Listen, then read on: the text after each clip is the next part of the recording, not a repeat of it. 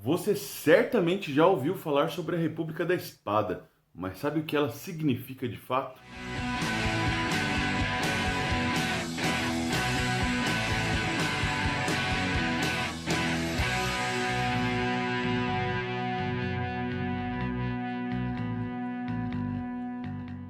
Fala pessoal, tudo bem? Eu sou o professor Bruno Tulux e hoje, no Momento do Conceito, nós vamos falar sobre a República da Espada, o primeiro período da República do Brasil que vai de 1889 até o ano de 1894. E esse período ficou conhecido como República da Espada justamente pelo fato de termos dois presidentes militares que faziam parte do grupo que articulou a proclamação da República no Brasil no ano de 1889. E o primeiro presidente foi justamente Marechal Deodoro da Fonseca, que assumiu provisoriamente e depois foi efetivado no cargo. E o seu período na presidência da República vai do dia 15 de novembro de 1889 até o dia 23 de novembro de 1891. O período de governo do Marechal Deodoro ficou marcado por algumas mudanças. Entre elas, nós podemos citar a mudança de províncias para estados, a dissolução das câmaras municipais de deputados, promovendo uma transformação política no Brasil, e também a imposição do lema positivista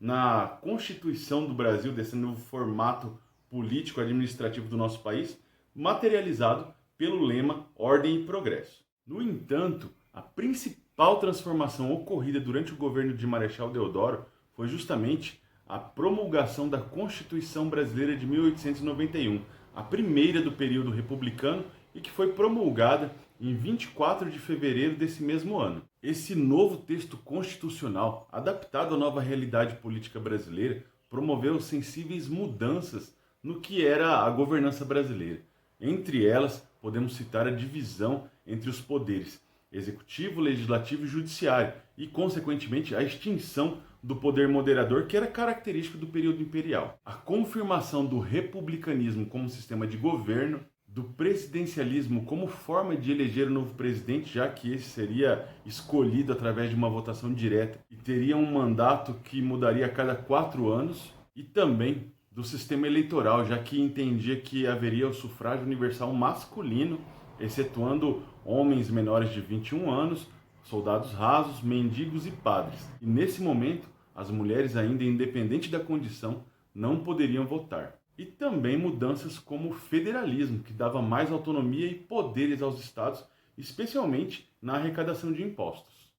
Outra grande transformação prevista pelo texto constitucional era o rompimento total com a Igreja, com a antiga forma de beneplácito e padroado lá do Império, e a transformação do Brasil num Estado laico, que conferia ao Estado o direito de registrar nascimentos, óbitos, realizar casamentos civis e uma série de outras questões de incumbência específica do Estado. Mas além dessas transformações positivas durante o governo de Marechal Deodoro, o presidente também enfrentou uma grave crise econômica, o encilhamento, uma herança lá do período imperial e uma conjuntura de crise econômica mundial que se agravou ainda mais durante o primeiro governo presidencialista do Brasil, justamente pelas medidas tomadas pelo então ministro da Fazenda, Rui Barbosa, que aumentou o acesso ao crédito, aumentou a produção de papel moeda, com o intuito de industrializar o Brasil, de transformar a economia, mas que no final das contas gerou mais inflação, falências de empresas e uma maior desvalorização da moeda brasileira.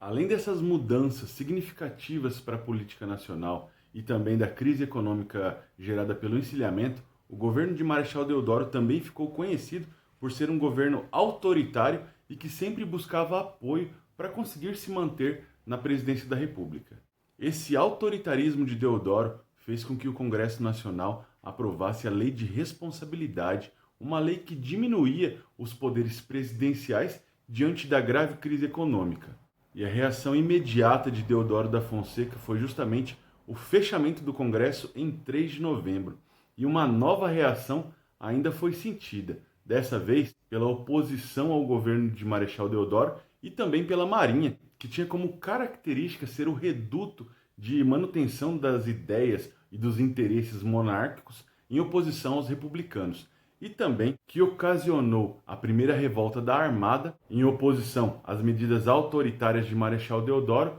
o que culminaram com uma situação insustentável do presidente diante dessa situação e que forçou, então, a renúncia de Marechal Deodoro da presidência do Brasil em 23 de novembro de 1891.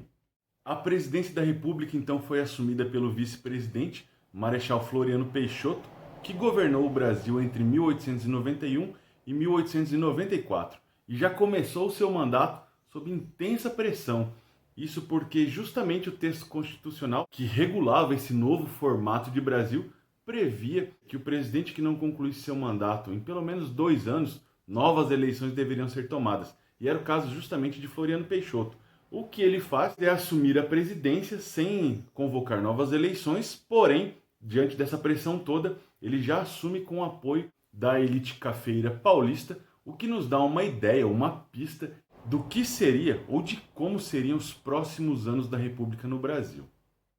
Um fato marcante, muito pouco explorado sobre o governo de Floriano Peixoto, é que o Marechal Floriano governou o Brasil com um olhar diferenciado sobre as camadas mais baixas, a camada mais popular da sociedade brasileira, artesãos, trabalhadores, funcionários públicos, etc. Isso fez com que o seu governo ficasse conhecido como República Jacobina, uma referência aos jacobinos da Revolução Francesa, e que essa política de olhar para as camadas mais populares acabou gerando mais insatisfações. Além da crise financeira, havia também uma crise política instalada no Brasil e que acabou desencadeando um novo processo muito tenso durante esse governo do segundo presidente da República Brasileira. O governo de Floriano Peixoto enfrentou 2 grandes revoltas e que marcaram essa disputa ou a concretização desse processo republicano e presidencialista no Brasil. A primeira delas foi a Revolução Federalista, que aconteceu no Rio Grande do Sul entre 1893 e 1895, que depois se estendeu para Paraná e Santa Catarina e se uniu também aos revoltosos da Marinha. E o segundo momento de contestações enfrentado por Floriano Peixoto foi justamente a segunda revolta da Armada, onde os navios da Marinha apontaram seus canhões para a capital, para o Rio de Janeiro, mas que Floriano Peixoto conseguiu resistir e a sua resistência lhe deram o título de Marechal de Ferro, como ele é conhecido até hoje por ter resistido a essas 2 revoltas, esses 2 momentos muito tensos do seu governo e que acabaram com a derrota dos revoltosos, fortalecendo esse espírito presidencialista, esse espírito republicano e dando continuidade a esse novo modelo político do Brasil lá do final do século XIX. Marechal Floriano se fortalece nesse processo e, contrariando todas as expectativas do momento que entendiam que ele poderia se manter no governo através da força, Marechal Floriano convoca novas eleições e passa a faixa presidencial em 1894 para Prudente de Moraes, o primeiro presidente civil do Brasil e que começa um novo período na nossa história política, que é a chegada da oligarquia cafeeira no poder, que depois vai ser alternada entre paulistas e mineiros, e é uma outra história. É isso aí, nosso vídeo de hoje vai ficando por aqui. Eu espero que você tenha gostado desse conteúdo, já que a República da Espada não é muito lembrada, mas ela é muito importante nesse processo de consolidação da República Brasileira que se estende até os dias de hoje. Então, se você gostou, recomenda para um amigo, para um colega, para um professor, para alguém que está estudando, para alguém que gosta desse período, para quem está se preparando para vestibular, Enem, enfim, para quem você acredita que conseguiria promover uma discussão saudável sobre esse tema, sobre esse assunto, sobre a nossa história. Bom, eu vou ficando por aqui. Semana que vem eu volto com um novo vídeo do Momento do Conceito. Se você ficou até aqui, muito obrigado e até semana que vem. Valeu!